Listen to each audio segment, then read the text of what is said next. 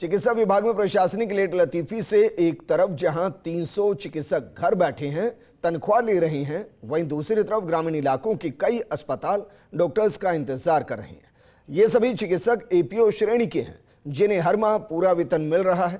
विभागीय आंकड़ों की माने तो इन चिकित्सकों को करीब 10 करोड़ रुपए से ज्यादा का वेतन दिया जाएगा, लेकिन इनमें से किसी की भी सेवाएं आम जनता को नहीं मिली। विभाग का तर्क कि आचार संहिता में चिकित्सकों को पोस्टिंग देने के लिए निर्वाचन विभाग में प्रस्ताव भेजा गया था, लेकिन उससे स्वीकृति नहीं मिली। ऐसे में कुछ देरी जरूर हुई। अब अधिकारियों के माने तो प्रदेश भर में खाली चल रहे पदों पर स्पेशलिटी के हिसाब से चिकित्सक लगाने के लिए कवायद जारी है। जल्द ही एपीओ चल रहे सभी चिकित्सकों को योग्यता के आधार पर पोस्टिंग दे दी जाएगी। इस स्तर पे नियमित रूप से इस पे समीक्षा की जा रही है। जितने भी जो हमारे यहाँ आदेश में प्रतीक्षा में चिकित्सक कार्य कर रहे हैं, उनके प्रस्ताव जो हैं तैयार किए जा चुके हैं। इसके साथ साथ हमारी प्राथमिकता ये है कि जो हमारे एफआरयू सेंटर हैं, जो हमारे ट्रॉमा सेंटर है, या जो ऐसी संस्थान है जहाँ पे कोई भी चिकित्सक नहीं है, तो प्राथमिकता के तौर पे उन पे जो है हम एक्सरसाइज कर रहे हैं कि ऐसी जगहों पे हम लोग जो है उनको पदस्थापित करें, ताकि जो है आम जनता को ज़्यादा से ज़्यादा इसका जो है लाभ दिया जा सके। जोधपुर के जेएनवीयू के न्यू कैंपस में कला, शिक्षा और समाज विज्ञान संकाय के डीन प्रोफेसर मंगलाराम ने पदभार ग्रहण किया है। पदभार ग्रहण करने के साथ फैकल्टी से जुड़े पदाधिकारियों और कर्मचारियों ने उनका स्वागत अभिनंदन किया। इस दौरान जीएनवीएम राजस्थान प्रदेश महासचिव और जोधपुर संभाग प्रभारी डॉक्टर योगेश कुमार देशवा सहित कई पदाधिकारी मौजूद रहे। इस मौके पर प्रोफेसर मंगलाराम ने कहा कि हमारी प्राथमिकता शिक्षक और शिक्षार्थी रहेंगे। 3 जुलाई से turn based BA second semester के सबसे पहले उनको पूरा करने का काम किया जाएगा। एडमिशन का काम देखने से लेकर आने वाले इलेक्शन को विधिवत रूप से संपन्न कराना रहेगा। नियमित रूप से क्लासें लगे, यही प्रयास सबसे ज्यादा रहेगा। ये कला, शिक्षा और समाज विज्ञान संकाय जयनारायण व्यास विश्वविद्यालय का सबसे बड़ा संकाय है। यहाँ विद्यार्थी सबसे अधिक मात्रा में है और मेरी जो प्राथमिकता है वो शिक्षक और शिक्षार्थी दोनों का कल्याण ही मेरा प्रथम और मुख्य उद्देश्य मेरे कार्यकाल में रहेगा। और अभी जो मेरे सामने काम है वो 3 तारीख से हमारी यहाँ पर टर्म टेस्ट होने जा रहे हैं बीए सेकंड सेम के। सबसे पहले उनको पूरा करवाना, फिर एडमिशन का काम है वो देखना, उसके बाद आगे इलेक्शन आएंगे, उनको विधिवत है वो संपन्न करवाना।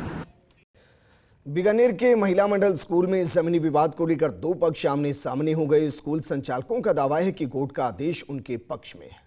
इसके आधार पर पुलिस की मौजूदगी में काम किया जा रहा है। तब इलाके के लोगों ने इसका विरोध करना शुरू कर दिया। स्थिति को नियंत्रित करने के लिए पुलिस को हल्का बल प्रयोग करना पड़ा। इस दौरान एडीएसपी दीपक शर्मा सहित पुलिस का जाब्ता मौके पर मौजूद रहा। इलाके में अभी भी तनावपूर्ण माहौल बना हुआ है। पुलिस किसी भी अप्रिय घटना को रोकने के लिए सतर्क है। संसद में राहुल गांधी के हिंदू हिंसा पर दिए बयान को लेकर कोटा में बीजेपी ने प्रदर्शन किया और बीजेपी पदाधिकारियों ने मेंढक और मेंढकी की शादी करवाकर राहुल गांधी की सद्बुद्धि की कामना के लिए यज्ञ किया। कोटा अंचल में यह मान्यता है कि अगर किसी को शादी नहीं हो रही है तो मेंढक मेंढकी की शादी कराने से जल्द शादी हो जाती है। राहुल गांधी शादी नहीं होने से अवसाद में है और इसीलिए राहुल की शादी की कामना करने के लिए बीजेपी कार्यकर्ताओं ने मेंढक मेंढकी की शादी कराई। इस मौके पर बीजेपी नेता राकेश नायक ने कांग्रेस नेता राहुल गांधी द्वारा संसद में भगवान शिव का अपमान करने और संविधान विरोधी बयान देने पर सार्वजनिक माफी की मांग की। राहुल गांधी ने बड़ी संसद में हिंदू धर्म के प्रति आपत्तिजनक बयान दिया है, जिससे पूरे देश में हिंदुओं में आक्रोश व्याप्त है और सीधा सीधा ये स्पष्ट रूप से संविधान का विरोध है। इसीलिए राहुल गांधी संविधान की शपथ लेने की जो डोंग करते हैं, इसे छोड़कर राहुल गांधी सार्वजनिक रूप से देश से माफी मांगे। दौसा एसपी रंजीता शर्मा के निर्देशन में पुलिस ने विशेष अभियान चलाकर 3 दिनों में 223 अपराधियों को सलाखों के पीछे पहुंचा दिया। पुलिस की 60 टीमों ने 400 ठिकानों पर दबिश दी। पुलिस ने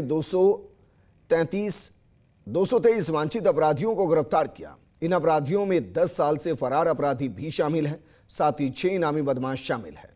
इस मौके पर दौसा एसपी रंजीता शर्मा ने कहा कि 51 अपराधियों की गिरफ्तारी कोतवाली थाना पुलिस ने की है। अपराधियों की धरपकड़ के लिए अभियान आगे भी जारी रहेगा। हमारा मकसद आमजन में विश्वास और अपराधियों में कानून का डर बनाना है। 3 दिवसीय अभियान जो चला, इसमें विशेषतः हमारा फोकस था कि हमारे जो वांछित अपराधी हैं, इसमें हमारे ज़िले के टॉप 10 अपराधी, इनामी अपराधी, गिरफ्तार वारंटी, सिमिलरली जो 299 के और भगोड़े अपराधी थे, उन पर हमने इसकी सूची बनवाई थानावार। लगभग 60 के करीब अलग अलग टीमों का गठन किया गया और लगभग 400 से ज़्यादा ठिकानों पर दबिश दी गई। 223 वांछित अपराधियों को पिछले 3 दिनों में हमने उनकी गिरफ्तारी की है। खबर जयपुर से, जहां सुभाष चौक के पास चोर घर के अंदर खड़ी बाइक उठाकर ले गए और पीड़ित सुभाष शर्मा ने बताया कि चोर ने इससे पहले घर के बाहर खड़ी कई बाइकों को चुराने का प्रयास किया। फिर बाद में चोर घर में दाखिल हो गए और मौका पाकर बाइक ले गए। चोरी की पूरी वारदात सीसीटीवी कैमरे में कैद हो गई।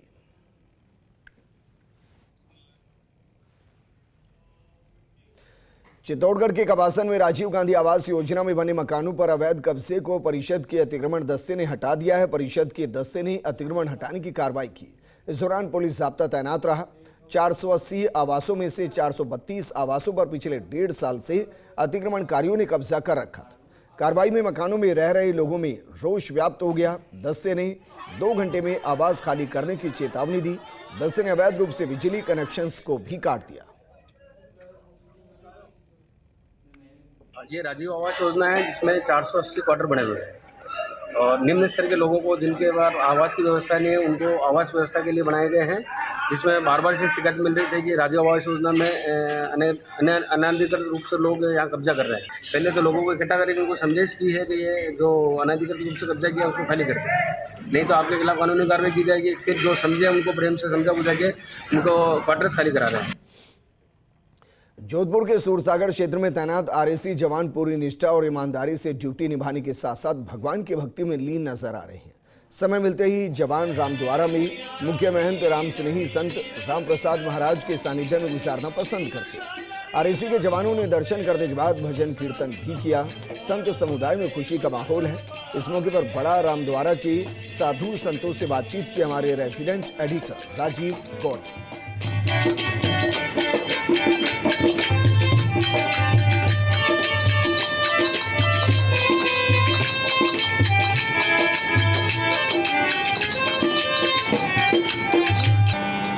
राम जी महाराज की जय हो, सतगुरुदेव की जय हो। जोधपुर के रामस्नेही संत राम प्रसाद महाराज जो कि बड़े रामद्वारा के मुख्य महंत हैं, उनके सानिध्य में जोधपुर के बड़े रामद्वारे से हमेशा कोई न कोई सकारात्मक संदेश निकलता है। लोग आस्था और विश्वास से जुड़े आते हैं और इस बार तो आस्था और विश्वास में शामिल हो गए आरएसी के वो जवान जो सूरसागर क्षेत्र में एहतियात के तौर पर ड्यूटी दे रहे थे। उनकी ड्यूटी इस पॉइंट पर थी। उन्होंने न केवल भगवान की भक्ति की, अपनी ड्यूटी भी की, यहाँ का प्रसाद भी लिया। और ये जो परिवार है, बड़े रामद्वारा का परिवार है, उन सब के साथ में जिस तरीके से भजन गाए, उससे ये जो संत समुदाय है वो भी काफ़ी खुश है। और खुश होने क्यों, भजन जब गाते हैं, जब खुद का मन तो शांत और सरल होता है, औरों को भी सुकून मिलता है। जरा संतों से बात कर लेते हैं, कैसा लगता है कि आरएसी के जवान आपके साथ बिल्कुल भक्त बन गए और बहुत अच्छे तरीके से आपके साथ बैठ के भजन भी गाए? राम जी राम। ऐसा है, आरएसी के जवान जितने भी आए इतने खुश हुए कि मान लो भगवान मिल गए। और इतने खुश हुए वो बस स्वयं साधु संतों के साथ में बैठ के भजन गाने लग गए और इतने विभोर हो गए। ड्यूटी भी देते, ये बात नहीं कि भाई ड्यूटी नहीं देते, ड्यूटी भी देते और कुछ समय निकाल के और हरि कीर्तन करना, राम जप करना और संतों से कोई चर्चा करना, ज्ञान चर्चा करना, ये बहुत अच्छी, मतलब इन आर्यसमान सभा ने इतनी खुशी जताई जिसकी कोई सीमा नहीं रही। जो वो बोल रहे हैं कि महाराज हम जा रहे हैं और हमको कैसे सहन होगा। वो लोग सोच रहे हैं कि महाराज हम तो यहीं ड्यूटी करते रहे, परंतु कहा भाई कि गवर्नमेंट का जो रूल्स है उनके अनुसार चलना पड़ता है। बहुत ही अच्छा है और भक्ति में लगे हुए हैं। कैसे देखते हैं आप, क्योंकि ड्यूटी के कारण बेल्ट से बंधे हुए वो बोल नहीं सकते कैमरे के सामने, आप संत हैं बोल सकते हैं, इसका कितना बड़ा संदेश जो है पूरी संस्कृति को जाता है, नई पीढ़ी को जाता है? राम जी राम। जब भी ये जवान यहाँ ड्यूटी के लिए आते थे, पंडाल में जिनका निवास स्थान था हॉल में, वहाँ रुके, पहले यहाँ मंदिर के आगे आके प्रणाम करके, बालाजी के मंदिर प्रणाम करके, सब संतों से राम जी राम करके फिर अपने कार्य के लिए जाते थे। जब भी समय मिलता था जिन जवानों को या संतों के साथ बैठ में हरिनाम संकीर्तन भजन कीर्तन करते थे और राम राम करते थे, जिनसे लोगों को ये संदेश मिलता है कि अपनी सेवा, देश की सेवा भी करते हैं और भगवान का नाम भी लेते हैं। सबको पता है भगवान एक है। बड़ी बात यह है कि पुलिसिंग का जो सिस्टम होता है, पुलिस जब ड्यूटी करते, जवान जब ड्यूटी करते हैं, वो जैसा माहौल देखते हैं उसमें ढल जाते हैं। लेकिन ऐसा पहली बार हुआ होगा जब भक्त के रूप में यहाँ उन्होंने आश्रय पाया, और आश्रय पाया ही नहीं बल्कि खुद ने भजन भी गाए हैं, भजन में लीन हुए हैं, और जिस तरीके से पूजा आराधना करके गए हैं उससे एक संदेश तो ये चला गया है कि हर व्यक्ति अगर मन में सात्विक विचार रखे, जैसा व्यक्ति सामने को देखे, जैसे संस्था को, जैसे परिवार को देखे, उसका जैसा हो जाए तो लगता है कि हमेशा जीवन में शांति और सौहार्द बना रहेगा और मन को भी सुकून मिलेगा। स्वर्ण सिंह गहलोत के साथ Rajiv Gaur, first India news, Jodhpur. Varanasi की एक नाबालिग लड़की की गैंगरेप के बाद हत्या का मामला सामने आया। पीड़िता के माता पिता जैसलमेर में मजदूरी करने गए थे। इस दौरान रास्ते में दो बदमाशों ने नाबालिग का अपहरण कर लिया और गैंगरेप की वारदात को अंजाम दिया। गैंगरेप के बाद नाबालिग की हत्या कर दी गई और शव को फेंक कर फरार हो गए। परिजनों की शिकायत पर पुलिस ने 2 युवकों को हिरासत में लिया और पूछताछ शुरू कर दी। वहीं पुलिस ने शव का पोस्टमार्टम कराकर जांच शुरू कर दी। अलवर एसीबी ने लक्ष्मणगढ़ थाने के एक हेड कांस्टेबल मुरारी लाल मीणा पर शिकंजा कसा है। एसीबी ने पुलिसकर्मी के साथ दलाल को 40,000 रुपए की रिश्वत लेते रंगे हाथों गिरफ्तार किया। एसीबी उप पुलिस अधीक्षक महेंद्र मीणा ने बताया कि परिवादी हसन मोहम्मद ने रिपोर्ट दी थी, जिसमें उसने बताया उसके और परिजनों के खिलाफ दर्ज मारपीट मामले में हेड कांस्टेबल मुरारी लाल मीणा ने 6 मुलजिमों के नाम निकालने के एवज में मुरारी लाल ने दलाल के जरिए 1 लाख रुपए की रिश्वत मांगी थी। इसके बाद वो 40,000 की व्यवस्था कर लक्ष्मणगढ़ पहुंच गया। शिकायत का सत्यापन होने के बाद एसीबी ने कार्रवाई को अंजाम दिया। राजस्थान विश्वविद्यालय के संगठन कॉलेज में मेरिट कट ऑफ हाई जाने के चलते अब जिन छात्रों का एडमिशन नहीं हुआ उन्होंने सरकारी कॉलेज का रुख किया है। राजधानी जयपुर सहित प्रदेश के 500 से ज्यादा सरकारी कॉलेज में फिलहाल एडमिशन प्रक्रिया जारी है। आवेदन भरने का बुधवार को आखिरी दिन है। वहीं 12 जुलाई को प्रवेशित छात्रों की सूची जारी कर दी जाएगी और 15 जुलाई से नियमित कक्षाएं शुरू होंगी। प्रदेश के सरकारी कॉलेज में नई एजुकेशन पॉलिसी के तहत सेमेस्टर सिस्टम चालू हो चुका है। हालांकि सरकारी कॉलेज में सेमेस्टर सिस्टम देरी से लागू होने के चलते छात्रों के पहले सेमेस्टर की परीक्षा अप्रैल में हुई और दूसरी सेमेस्टर की परीक्षा जुलाई में शुरू हो रही है। इस बीच आगामी सत्र समय पर शुरू हो सके, इसके मद्देनजर फिलहाल यूजी फर्स्ट सेमेस्टर के लिए ऑनलाइन एडमिशन प्रोसेस जारी है। हमारे महाविद्यालय में 2102 एप्लीकेशंस आ चुकी हैं एडमिशन के लिए। बीए पार्ट 1 के लिए 1006, बीकॉम पार्ट 1 के लिए 199 और बीएससी मैथ्स के लिए 490 और बीएससी बायोलॉजी के लिए 407 हमारे पास में एप्लीकेशंस आई हैं। और ये सभी एप्लीकेशंस जो हैं इनका अभी लिस्ट निकलेगी, इनकी जो मेरिट लिस्ट है वो बनेगी। और लास्ट डेट सरकार ने इसलिए बढ़ा दी थी क्योंकि कुछ महाविद्यालय ऐसे हैं जहां पर एप्लीकेशंस कम थी, तो उस वजह से सरकार ने विद्यार्थियों को एक अवसर और देते हुए इसकी जो डेट है वो बढ़ाई थी।